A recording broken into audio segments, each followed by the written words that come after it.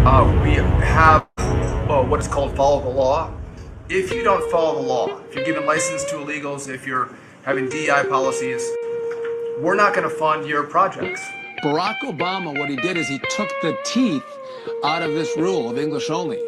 We brought those teeth back to the pre-Obama era to go, we're going to put you out of service.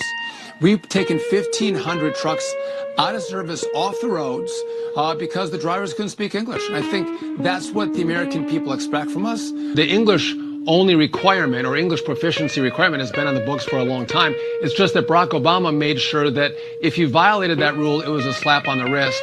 We're going back to the old rule of we're going to put your rig out of service. Mega carriers love inexperienced drivers.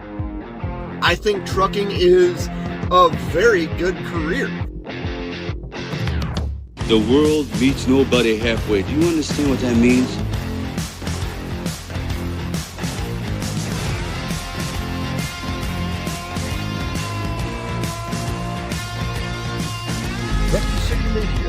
We don't do it just for us and our families. We do it for you guys.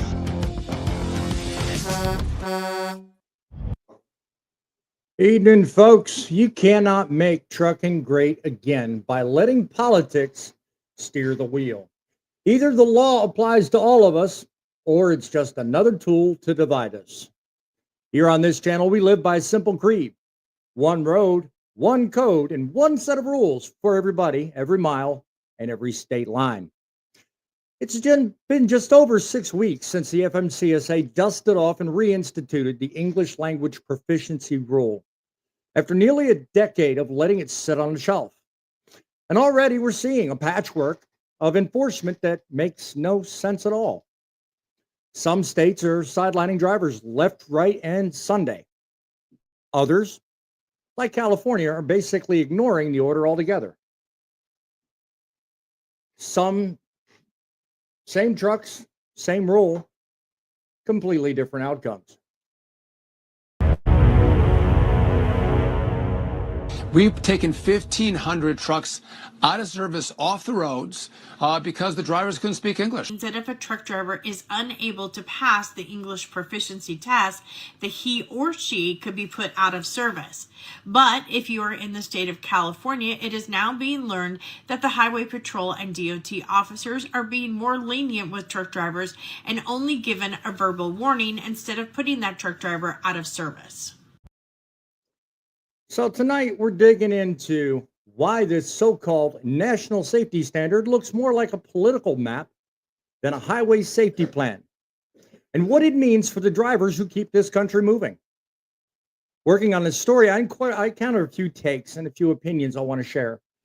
One just recently, as I was beginning the show, from a guy named Culinary. If you're in the office, yeah, of course you're in the office.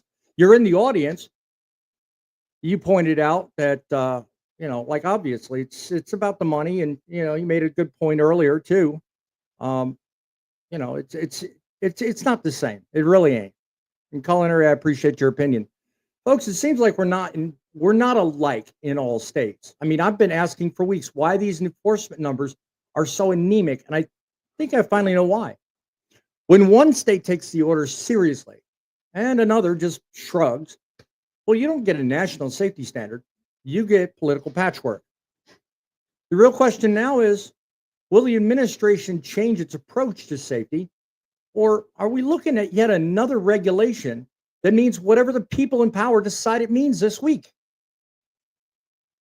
So all this and more coming up around the corner. Stay tuned. This is Truckin'.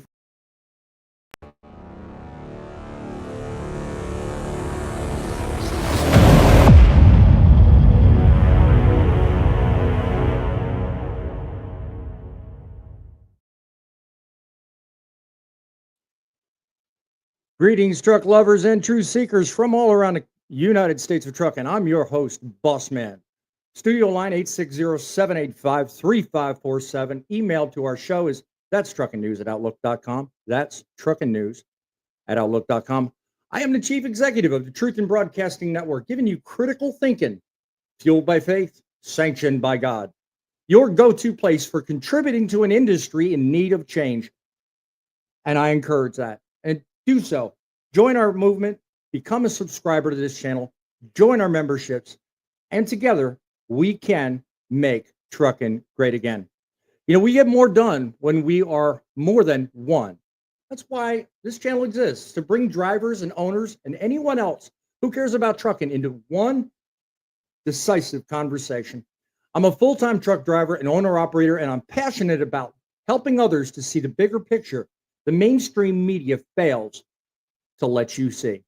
Truckin City delivers hard-hitting hit pieces that stab at the truth behind narratives that don't just help trucking, they help us come together. We bring you constant updates on breaking news events that affect our industry, and we give you the platform where you can weigh in about anything from regulations to rates and real-world challenges that affect your everyday life. This is where trucking gets its voice back. So I encourage you, if you haven't already looked and done so, subscribe and join today. If you believe in the mission, you can support this channel by joining our membership, sharing these videos, and not forgetting to go down below and hit the like button. Well, let's set our first headline and dig into why this so-called English proficiency crackdown isn't as straightforward as Washington wants you to believe. I'm going to start by reading a quote. Since I took action to enforce language proficiency requirements for truckers, our state partners have roughly put 1,500 unqualified drivers out of service. This is what I call results. This said by our very own Transportation Secretary, Sean Duffy, in a recent interview on Fox News.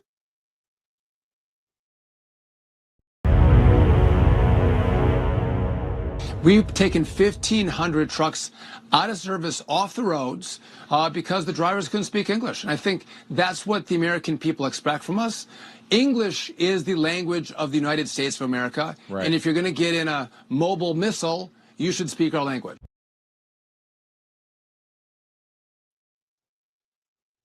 So the Transportation Secretary takes a victory lap over roughly 1,500 drivers pulled off the road. Big headline, tiny receipts. While they're counting press clippings, we're counting risks. Safety is the mission. Let's rank the real threats right now, okay? Number one, I wrote it out as brakes, but I'm going to call it maintenance. The fastest way to turn a rig into a missile is by ignoring maintenance, and bad brakes will do it, as was evidenced in Lakewood, Colorado, about 4 years ago. This is a top out-of-service killer year after year. Every time it's turned around on its head, it's bad news. It's mechanical, it's measurable, and it's fixable. The number two thing a lot of people ignore, and one thing that hasn't been addressed by him, is fatigue. It won't show up on a bumper sticker, but it shows up in reaction time. Lane drift, bad decisions, 3 a.m. tunnel vision.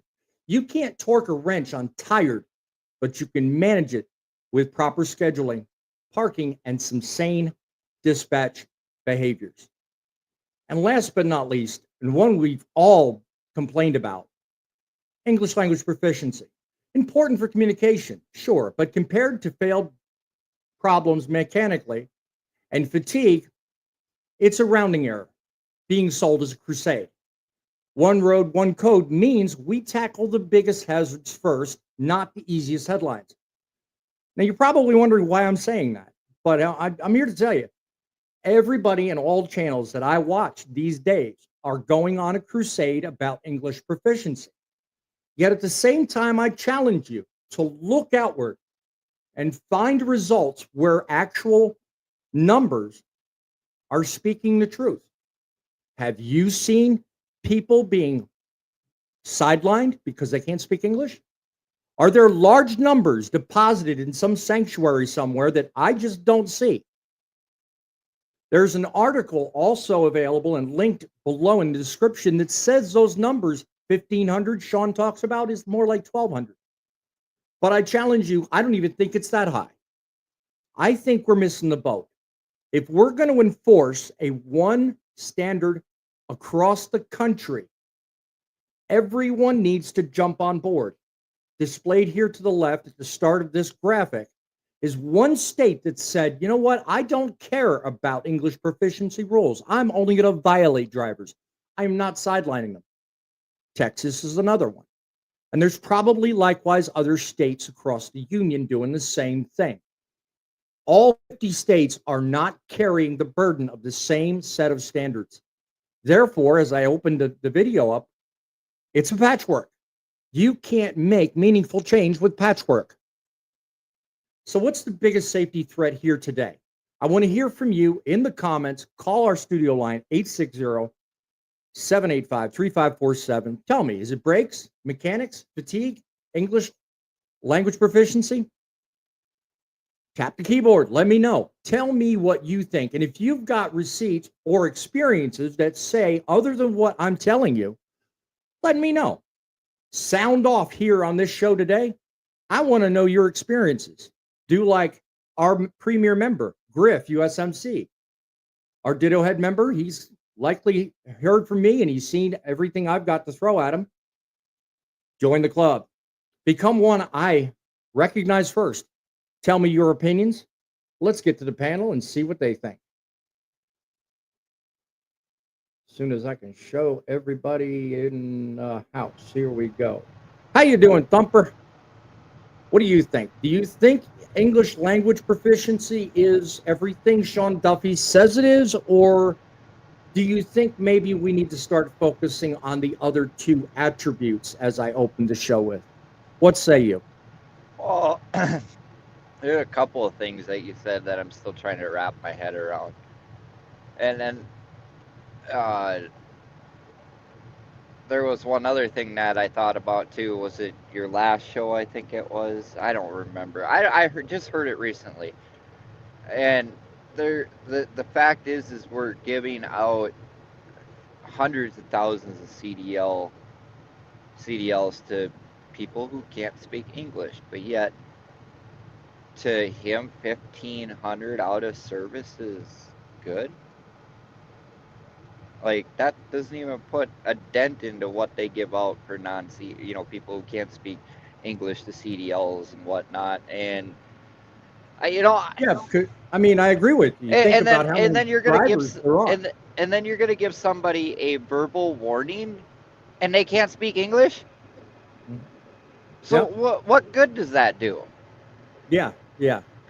Think about how long this law and rule has been in effect. As will be pointed out, obviously, and is in other videos, by the way. The video you're trying to talk about is where I point the truth in trucking and ELP. It's my second to last video. I knew I heard it somewhere. I knew I heard it on here somewhere. Statistics, you cannot misread statistics. They are what they are. We've got millions of drivers on the road, and I've heard on the order of 60 to 80,000. I don't know what the actual number is. There's no way to verify it. But 1,500? That's a pinprick. Not even that. Yeah. That's a mosquito bite. Yeah. I mean, I don't know.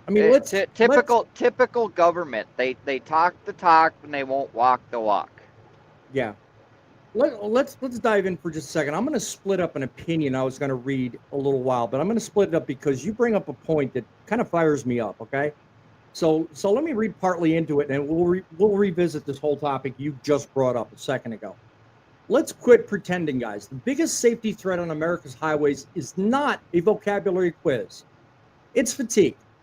It's eyes half shut, micro sleep, white knuckle fatigue that turns 80,000 pounds into a guided mistake. Not a missile, but a mistake. Sean says an 80,000 pound missile. I say it's a mistake. Last month in Texas, a driver reportedly told officers exactly what we all fear to hear at a crash scene. I fell asleep. That wasn't a grammar error. That was a culture error. And you know exactly which culture I'm talking about. I'm talking about the outfits that hire fast, train light, and then shove drivers into a schedule that human bodies cannot keep up with. I'm talking about dispatch boards that worship the ETA and the punished truth about when you're going to get where you're going.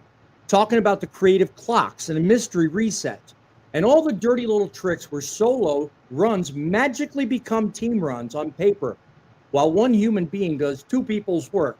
That's not safety. That's liability. And that stuff is what we need to get a handle on. That is the thing that I think Sean Duffy needs to focus more heavily on instead of English language. That's part of it. Yeah, Don't get me wrong. We need people speaking the language and reading the signs, but let's not kid ourselves. Bad actors, those need more attention and care too. yeah, and they're like you said, the fatigue and stuff, and I will admit it, I've talked about it on my TikTok lives and stuff. If you guys are interested, Yep. Thumper and Bo on TikTok, and we even talked about it on Truckers Unhinged. Mhm. There is a certain time of day that I call the dead hour, and that's between 4 and 5, right when the sun is coming up. It's just, and to me, that's my dead hour. Like anytime in between 4 a.m. to 6 a.m. That's where The deepest part of the circadian rhythm is between the hours of 2:30 a.m. and 4:59 a.m. So you're dead on. You're dead on. Yep. Sorry, I just spilled my coffee everywhere. Not Oh, a that's good hot. thing. That is really Yeah. hot. Put me backstage, please. Yeah, I was gonna say you better take care of that one. All right, Grumpy. What about you? What do you think about the English language proficiency as opposed to our discussions about fatigue and the mechanical aspects? I mean, out of all three, which do you find to be more troublesome? Well, from my experience of knowing everything about this kind of stuff, it would have to be a mechanical type situation with a lot of big companies. But coming from the factor that you're talking about, the English proficiencies and all that, well, that is something that is getting a little out of hand because they've allowed them to get out here behind the wheel, and half of them don't really know how to drive a big truck right. I mean, they know how to get behind it, start it up, and put it in gear and go, but they don't understand, how I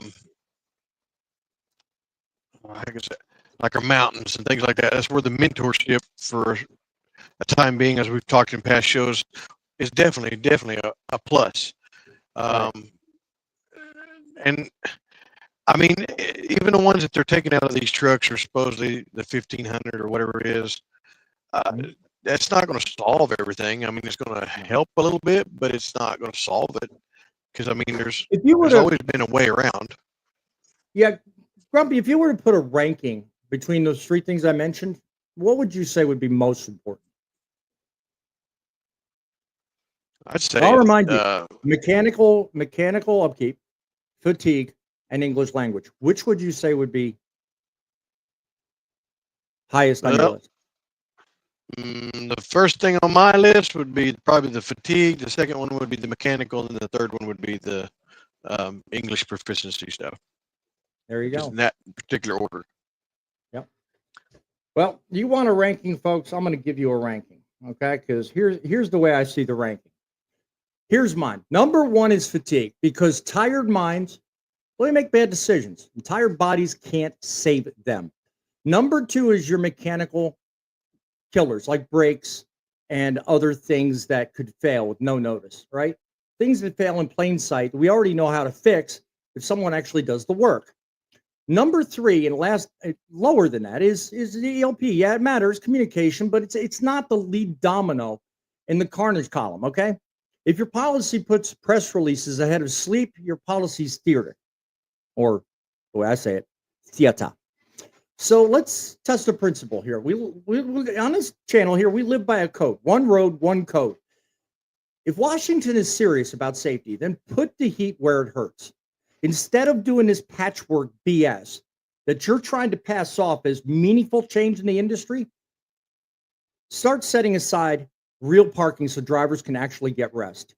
Start enforcing the fact that real scheduling doesn't require lying to stay employed. Okay? If you're one of those kind of dispatchers that wants to lie just to get a driver to take the load, you don't need to be in the business. Real detention pay. So one of those times when we're actually sitting, we're not sitting there thinking like we're ignored. and we're the bottom of the barrel. Okay? Protect the people that actually do stand up for these standards. Take, for example, the whistleblowers, the people that actually refuse to sit down while they're being exploited. All right? Those that make a stand and actually make a difference. And if a carrier's pushing illegal hours, name them, get them figured out, find them, and get rid of them. I dare you to change my mind. Rank the threats right now in the poll, in the comments. Tell me, fatigue, breaks, ELP, what you've heard being talked about tonight. Drop your ideas in the chat. I want to hear from you. Do you think Sean Duffy's onto something, or do you think he's just spilling a bunch of BS? I want to know from you. Because personally, I don't think he's doing enough with ELP. But if we're going to do something meaningful, let's attack the problems in this industry. And the problems are the bad actors that are making us do the things we shouldn't afford to do. They're making our bodies cash checks we can't justify in 2 seconds worth a day.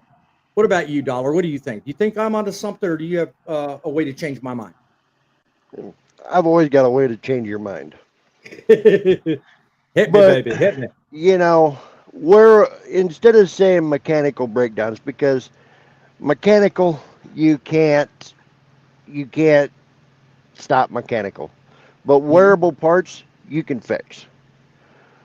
Right. Driver fatigue, there's a lot of it. I mean, you're telling hours, and you've changed hours. What, 1,500 people because they can't speak English is a big number. That's like writing a check for $1,500 for a tire. Right. It ain't nothing really. English proficiency, you can still tell it hasn't even been a part across the country, because you come into road work, guys can't read signs. Guys are driving too fast. Guys don't give a crap if they get in front of you or not. So where is what he's saying doing any good? Doesn't seem like it so far. So my question is what is going to happen to the independents? What is going to happen to the guys that are out here trying to make a living, that want to make a living, that own their own, because they don't want to work for a boss that says, oh, you got to do this. Very true, because actually coming up, we're about to shift gears and talk about somebody that actually does not speak very readily for independence. If you watched any of the videos recently this week on my channel, you already know the direction I'm going in, but let me bring up one thing to kind of address this whole thing solidly. And that's a simple question I'm putting to you guys. You know what? If you've ever worked under a dispatch that's put immense pressure on you, how did it affect your safety and decision making? Have you actually ever witnessed what I'm talking about? You know, the idea that you are expected to do more than the safe 600 miles a day. Maybe somebody's expecting you to get somewhere in a day and a half, and they know you damn well can't get there, but yet they're putting that pressure on you. They're saying, well, you know, if you don't do it, you don't have a job. You know, how credible do you think it is, and how often do you think it happens in an industry like this? Let's speak up for these independents. Let's speak up for the people that can't speak for themselves. Let's make a difference. Tell me in the comments if you've experienced that. Guys, either one of you three, have you ever found yourself in that kind of position, or maybe looked back and said, yeah, that's possible? Yeah, all the time. In a way, I put myself in that position. Okay. Because I believe a load shouldn't be on my trailer that far. And I also believe that, you know, if you can run. If you can't, well, it's entirely up to the people, you know, the person driving a truck, because if you're tired, pull over, go take a nap. That load will get there when it gets there. They do, yeah, it's sensible. You know, it's rather sensible to make the right decision than to make the wrong one. Thumper, what about you? What situation comes to mind with you? Oh, I've been in a situation where, like, especially we're coming up onto our busy season right now. You know, we got our fall run coming, And I guarantee it, my phone will be ringing every hour. How come you're not moving? No, you had enough sleep. Get your ass going. Well, when they start doing that to me, I finally tell them, be like, all right, you get in this fucking truck and drive it then. Yeah. I don't put up with it. When I'm tired, I will sleep.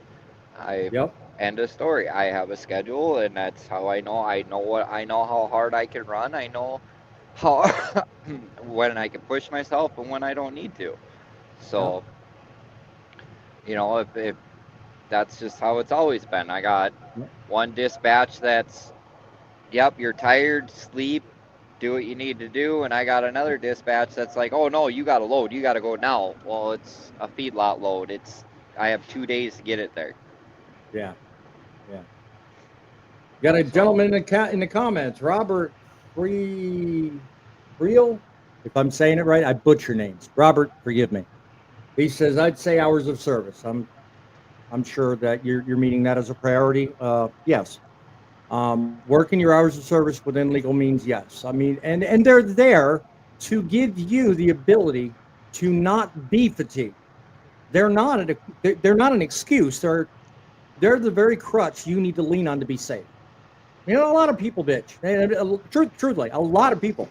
90, well, I can't say 90%. A majority of the industry all complain because hours of service, they say, too rigid. I mean, who doesn't want more flexibility? But I mean, honestly, how much torture can the human body really take? I mean, come on. You really do have to be sensible about things, and you got to be safe. Off a subject, I'm really sad. That was a full cup of coffee. You dumped the whole thing.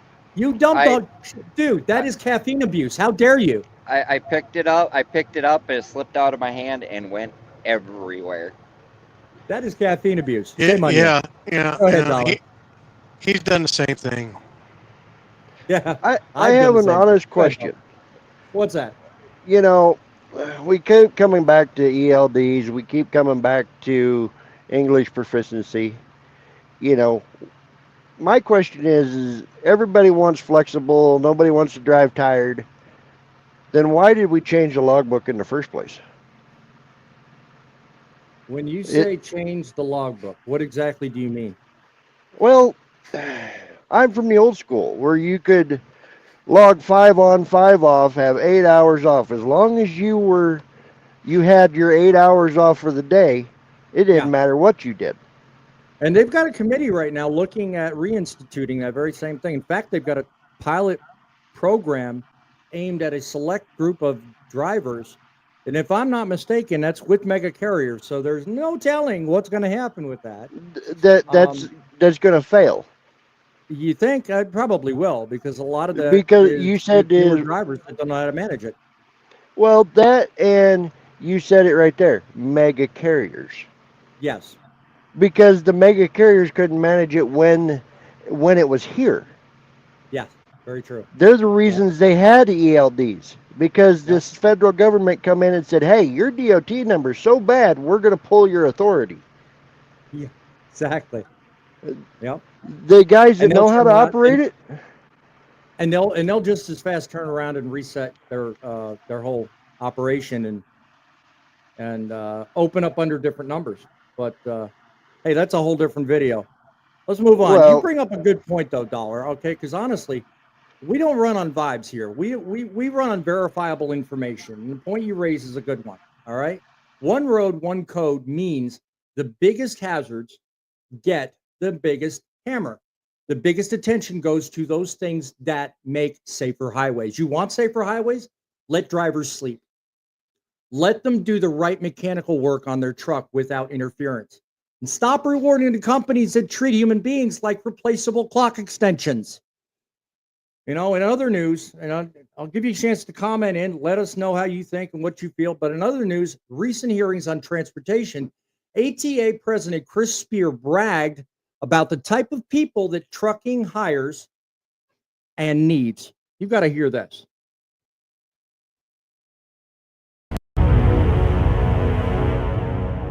Broadly, trucking employment now exceeds 7.7 million people. That's 1 in 18 jobs in the United States where a truck driver is the top job in 29 states. They are husbands and wives, moms, dads. They include veterans, the disabled, minorities, bring food, water, medicine, and they are committed to helping others. Often the first to respond on the scene of an accident. This is today's trucking industry. This is an American story, and these are the millions of people ATA proudly represents. And yes, I purposely did the squirrel voice because, as you just heard, Chris Spear paints a picture of the American trucker. It's a hardworking, vital, and worth fighting for type of personality, right? And yet, at the same time, the ATA keeps repeating that we're in a driver shortage so severe that we'll need 1.2 million more drivers in the next decade. The data says otherwise. Turnover, not supply, is the real problem. Drivers are out there. They're just not staying. If you want a full breakdown of why this shortage narrative doesn't really hold up in my eyes and why it's what's really behind it, go back and watch a video I just put out, The Truth About Trucking. And we pulled apart the numbers and we showed exactly why the industry's biggest talking points don't match the reality on the road. Links are down below. If not, go to my channel. You'll find it. In a recent publication, however, Chris Spears says we need 41,000 more diesel techs. Looks like a supply problem, right? To every diesel tech who owns a fleet and keeps one alive with a multimeter and a prayer, this live show is for you. And I want to hear from you right now tonight. We're told the industry needs 41,000 more techs, but hey, here's the truth. There's no spreadsheet that will say out loud what is actually going on. The bottleneck isn't bodies. It's keeping qualified people in the bay and doing the jobs. You're not a cost center. You're uptime. Your hands are the revenue line. Yet too many shops run a revolving door. Flat rate games that punish diagnostics, tool bills that look like mortgages, and software locks that slow you down, and zero time to mentor the next person just like yourself. And management wonders why bays sit empty. Let's call the play what it is. Retention beats recruitment. It's no different in trucking than it is in the bay trying to keep our trucks rolling. You pay for skill, not just speed. You fund entry with real tools, real stipends, and real chances to get the job done with the correct inventory. Give every tech access to the diagnostics without begging the dealer. Who hasn't been down that road before? Make mentorship a paid position, not a favor.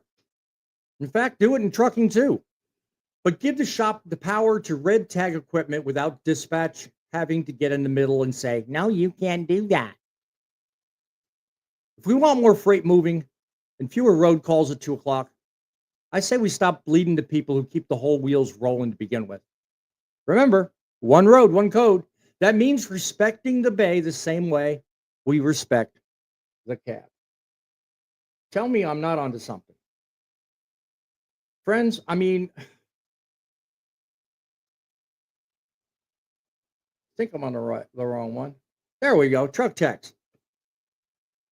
Shop leads. Jump in right now. Tell me your 3-2-1, your experience in the bay, the 2 reasons you would stay, and the one thing that would either make you continue working or make you walk. Let me hear from you right now. Tell me what, we've been all about trucking, but now I'm shifting gears. I want to hear about truck mechanics. You've seen a failure or two in your time there, Grumpy. What's your thoughts when it comes to mechanics and being safe on the road? You know, that is one of my pet peeves, and you know that, boss man. Yes, sir. In fact, the last company I worked for, it was trailer and truck and trailer, mostly trailers. I was constantly fighting because there was stuff that was simple to be fixed that another driver just would leave for me to find. And it cost me downtime, which I half the time wasn't compensated for. And then they got aggravated with me, blaming me like it's my fault. I'm like, no, this is not my fault. This is a prior driver that left it this way. If you all will start cracking down and everybody start doing their pre and post trips, and writing this stuff up whenever they got it and drop it, then it can be taken care of anytime. But Yeah. you know, I fought with it till I couldn't do it no more, and finally I had to move on. You know. Yep. I hear you there. I hear you there. So let's hear from the rest of the panel. Guys, what do you think? You know, if you could change one thing about shop culture, at least from your familiarity anyway, what would it be? What would you do? Dollar, what would you do? What would I do? Well, I'd take the 2-week wait out. I'd take 2-week wait. What do you mean by that? Oh, every shop around me it takes 2 weeks to get in. No matter what your problem is. Even for a simple air. Do you think that's a labor problem, or do you think there's other issues with that? That's the part I don't know. But, you know, when you only get so many guys to do the job and they're not really, everybody's slow. But Well, yet they don't hire any new people. I was going to say, most of the TAs I go to, you know, you're stuck with a bunch of people like oil techs and, you know, lube techs and people that are low on the totem scale. So it's abundant to me that they're not training them fast enough. You know, I mean, they're putting little emphasis in the whole mentor thing that I mentioned earlier. You know, so wait, a lube tech needs to be taught? You spin off a filter, you spin off a fuel filter, you put the oil filter on, and drain the oil and put oil back in it.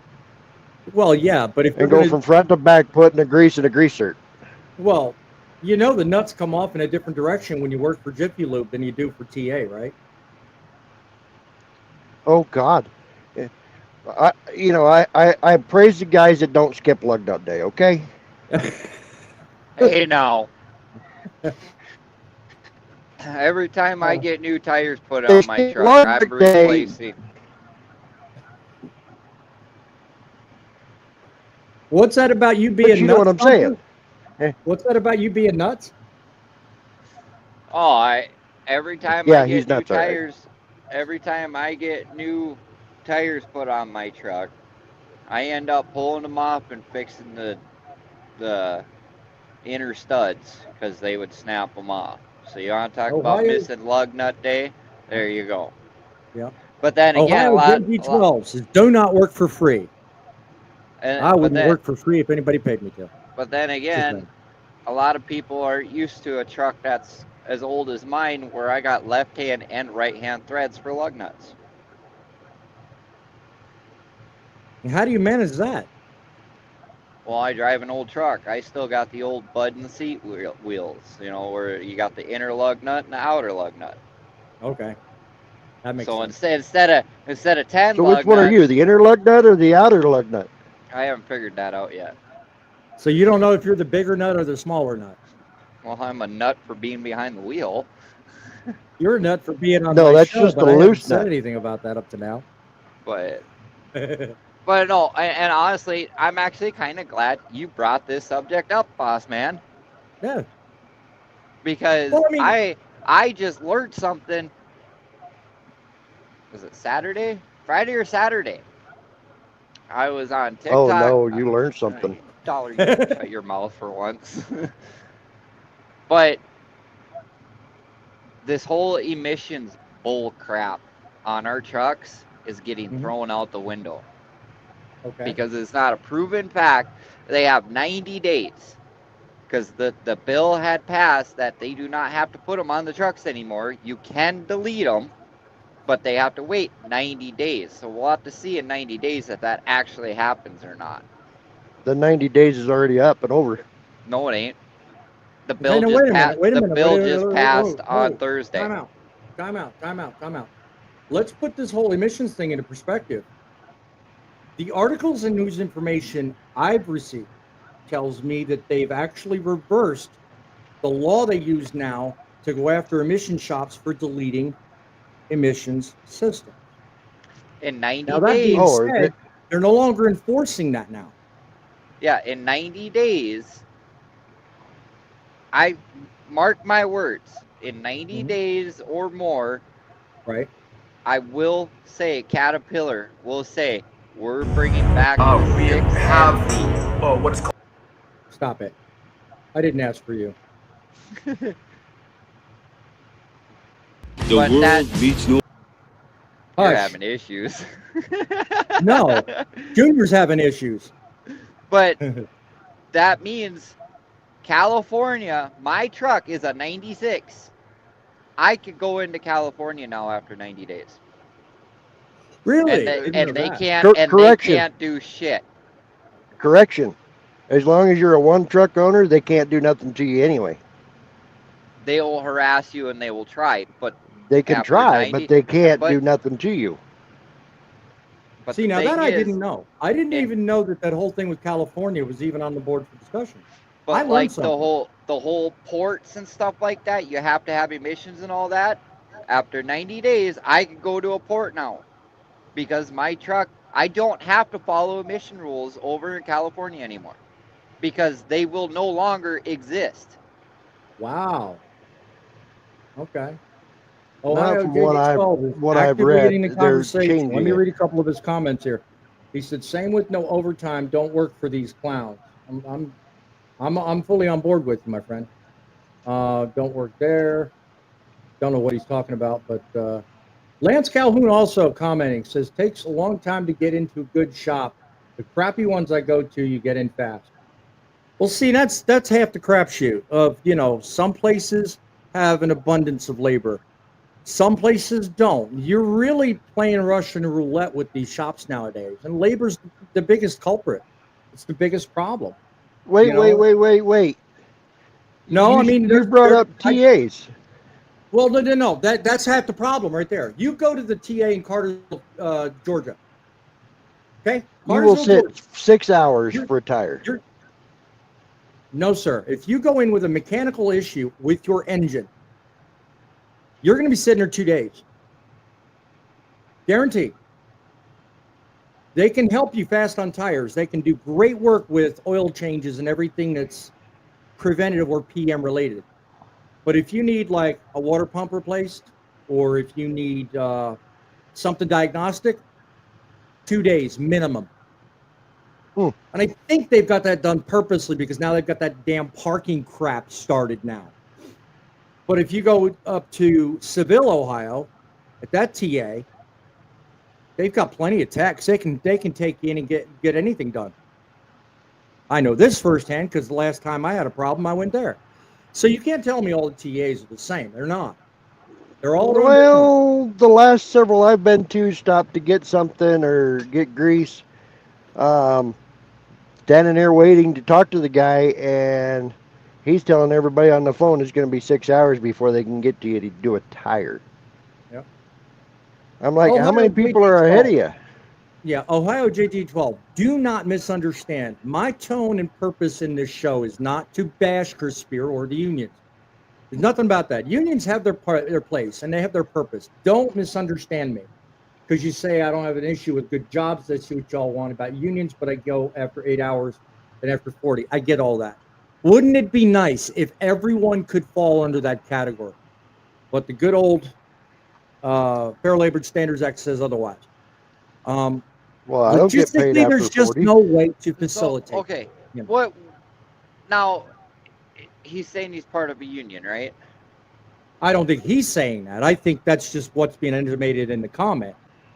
What I'm doing is I'm responding to the idea that the unions are the problem. Because they're really not. I mean, typically, everybody complains about unions. What's the first thing they say? That they're ripoffs, and I've heard it said many times on the show. But not necessarily. I mean, depends on what you're working there for. If you're looking for a good local job, union's the best place to go because they'll look after you. But if you're doing something like you and me, local over the road, no, the union has nothing on it. They can't do nothing for us. Tell me I'm wrong. No, you took the words out of my mouth where I was going with that. Local, yes, they're great for people like us on the panel or we're coast to coast or whatever. No, Yeah. it doesn't work out. I mean, Good warning, Lance. Good call. I'm glad you put that down there. Oil changes really problematic. You got to check after when they do preventative maintenance, because if those filters are not tied in or even just tightened up, they're by law. Well, not by law, but by rule, they're supposed to torque the drain plug in front of you. Some places well, don't. hold I on. don't care, but There's an issue with that comment he made. I understand. I'm all for it. Double check everything. But there right. are companies out there where they do not allow you to open the hood.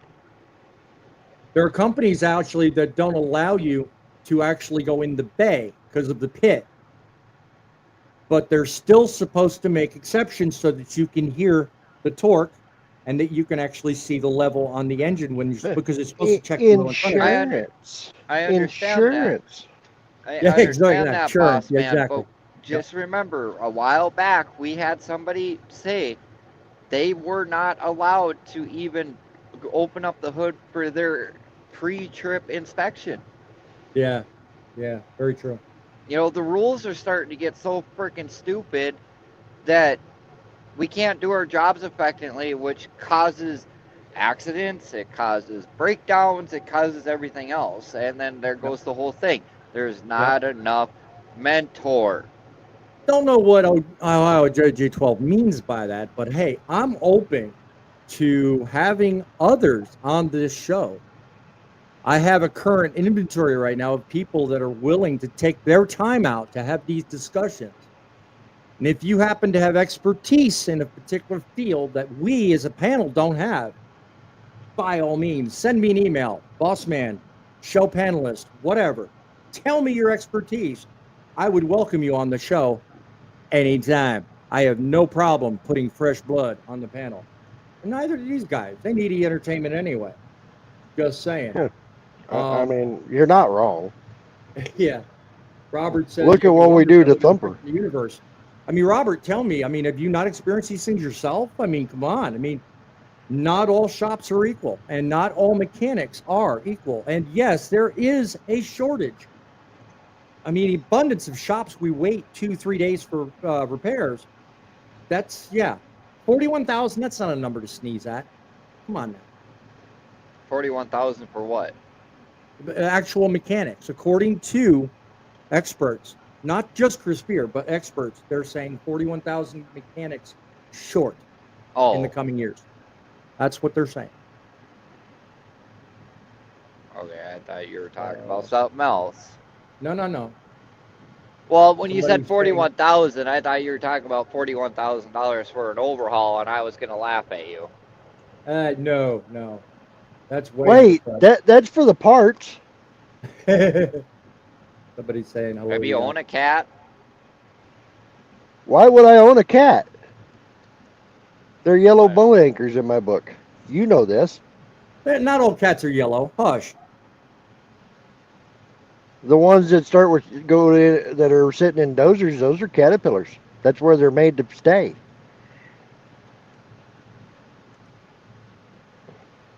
Oh. Come on. Go ahead, throw it at me. I ain't bashful. No. Everybody has their right to their opinion, and I'm not gonna. I've had Cummins, I've had cats. I'm not gonna argue with him. I prefer a cat because, well, I know how to work on the damn things. Yeah, and I've heard you say you're Cumma parts too. Yeah. So I can make a whole show of letting the trees. I've even driven Detroits. You know, honestly, I like the way a Detroit sounds, but the pinging noise had an idle. I feel like the filling in between a sandwich, you know? Like that's right. You just stay right there. You're just fine. You're in a perfect place. You're in a perfect place. You're the baloney. No, you're the comic relief, the Cheeto. Grumpy. You're the comic relief this show needs. All right, let me pick on one final thing for just one moment. Okay, because I mean, here's things. Look, you can't make trucking great again, guys, by letting politics steer the wheel. Either the law applies to all of us, or it's just another tool to divide us. Okay, around here we live by one simple creed: one road, one code. If you like the way that sounds, if you are on board, please don't forget, subscribe, like, follow us, because we're coming back with more of this stuff. Since June 25th, Washington says the crackdown on English proficiency is delivering results. I say BS, because roughly 1,500 is nothing compared to what it should be. Meanwhile, other outlets say it's a different number. Well, if safety is a campaign, show us the receipts. I want to see numbers. Because, by the way, I didn't mention this early in the show. I'm not seeing the numbers. I'm hearing a lot of talk, but I'm not seeing the proof. The FMCSA and the CVSA reinstated English proficiency as an out-of-service violation. Newsflash, that means you get pulled over and you get put out of service. All right? That's not a suggestion. It's a standard. And what's going on right now is patchwork. One road, one code becomes one state, one policy, one giant action. That's what I say, all right? If this is about safety, then the whole of government needs to act like it. Otherwise, it's sound bites in social media and confusion on the highway. Aside from that, I've got 3 more points to make, and we're going to try to wrap this show up tonight. But guys, what do you have to add to that? Anything I missed? No, I can't think of any. I don't know. I don't remember if I've got another video playing after this one, but we'll find out here in a second. Well, here's my one of 3, and I want you guys to tell me in the comments if you agree or disagree. Let me hear from you. Once again, our studio line, if you are so inclined, is 860-785-3547. Let's get to it. The numbers aren't transparent, guys, and they don't match. Duffy touts 1,500. Trade press, they say, well, 1,200. There's no real number. There's no public state-by-state breakdown verifying the claim. So if the government wants credibility, it needs to publish a live dashboard with counts by state, by week, and inspection level and at a real-time level. Until then, this is fog I can't believe. And honestly, I'm not going to waste much more time beyond this reporting on it, because I'm not seeing the results that are sufficient for the cry they claim about. Enforcement is inconsistent across states, which really guts the impact of what we're supposed to be doing here. CVSA made ELP an out-of-service criterion effective the 25th, yet California Highway Patrol has said in its own infinite wisdom that it's putting drivers out of service. It's only citing them for out of service rather than reporting, rather than doing the job. It's just plain and simple. I wrote it differently, but I don't know where I was going with that. You can't claim nationwide safety gains when the whole nation isn't actually doing the same thing. So the remedy I suggest is tie federal MSCIP dollars in a grant scoring. Basically, if you don't do the job, you get no federal funding. Wouldn't that do something? I've said that from day one. Lastly, there's no standardized road assessment. There's nothing going on the road. No one knows what to expect. Their own public memo heavily redacted on what inspectors even ask these people, and major outlets note the risk of subjective decision-making when it comes to dealing with people whose accents are thick or maybe subjective at best. If we want legitimate results, we need a clear published script, recording requirements, and unified ELP checks. Otherwise, this is just a flash in the pan. What do you guys think? Did I miss anything? No, I think you hit everything pretty decent. Yeah. I'm injuring myself while I'm in the line of just duty. so everybody knows, if you call the studio line, you won't reach Jenny. Because every time he says the number, I think it's Jenny. Oh, yeah. Is it that close? No. But it's just the way you say it. I know. You're being. I'm being me. What's the word? You're being you. on the wall. Yeah, exactly. Counting flowers on the wall. I'm making meaningful suggestions here. I mean, we joke around as a show, and we have some fun because we can burn off steam for a few minutes. But I mean, damn it, when is it going to really register? that what we're talking about means life and death out here. I don't know about you watching, but driving an 80,000-pound truck is no laughing matter. I mean, we kid around and we make it look fun, but Well, if you're a government agent and you're saying you're going to put literally thousands of people out of work, you know, why are you sitting there telling us all of this bull crap on press releases, but then turn around and you do nothing? And while you're doing nothing, oh, by the way, let's ignore the fact that we've got people all over the state of Illinois that are forcing drivers to work team loads on solo hours, forcing them to go in and out of states, killing people in the process, and watching them change their MC numbers and restart another trucking company and not doing a damn thing about it. Yeah, I wasn't asleep yesterday. I watched Bonehead Truckers too. And I saw all the reports coming out of WFAA in Texas, and it really bothers me that these agencies are saying all these nice things about what they need to do, but they're obviously ignoring the fact that they're not doing crap. Tell me if that doesn't piss you off the same way it does me. This isn't just objectivity. This is needed reforms that needs to happen today in trucking. If you want to make trucking great again, that's how you do it. Get the bad out and keep the good in. Better than pissing you off than pissing on you. Right? Or better yet, valid getting so points. mad you injure yourself. Yeah. But my question is what is the government planning behind this? Because first they started with your medical card. Mm-hmm. Now they're to ELDs. Now they're talking about English proficiency, and they have done none of this. So you think there's a grand scheme or behind the wall type? Yeah. Yeah, to use your vernacular thumper. Yeah, it could be. It could be. I mean, to what end? What do you think that means? What should we be looking for?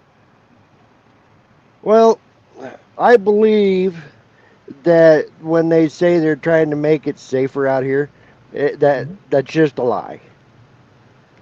Because safer would be controlling the monopoly of the mega carriers. Okay. Regardless of size, you know, there should be nobody that should be allowed self-insured. Because if you can put a driver in the truck that I can't, that makes you better than me. Well, I do agree that gives that the person that's self-insured, it sets you up with an advantage that someone like myself can't exploit. Mm-hmm.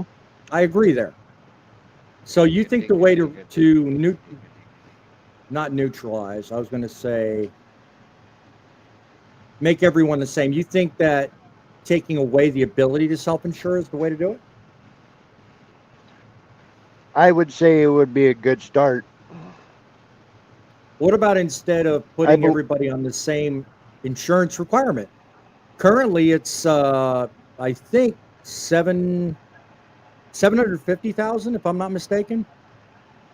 Now, some states have considered 1.5 million. I think that's overkill. It's either 750 or it's $1 million. I'm not sure. But pick a rate, pick a liability amount across all 50 states, and make everybody do the same.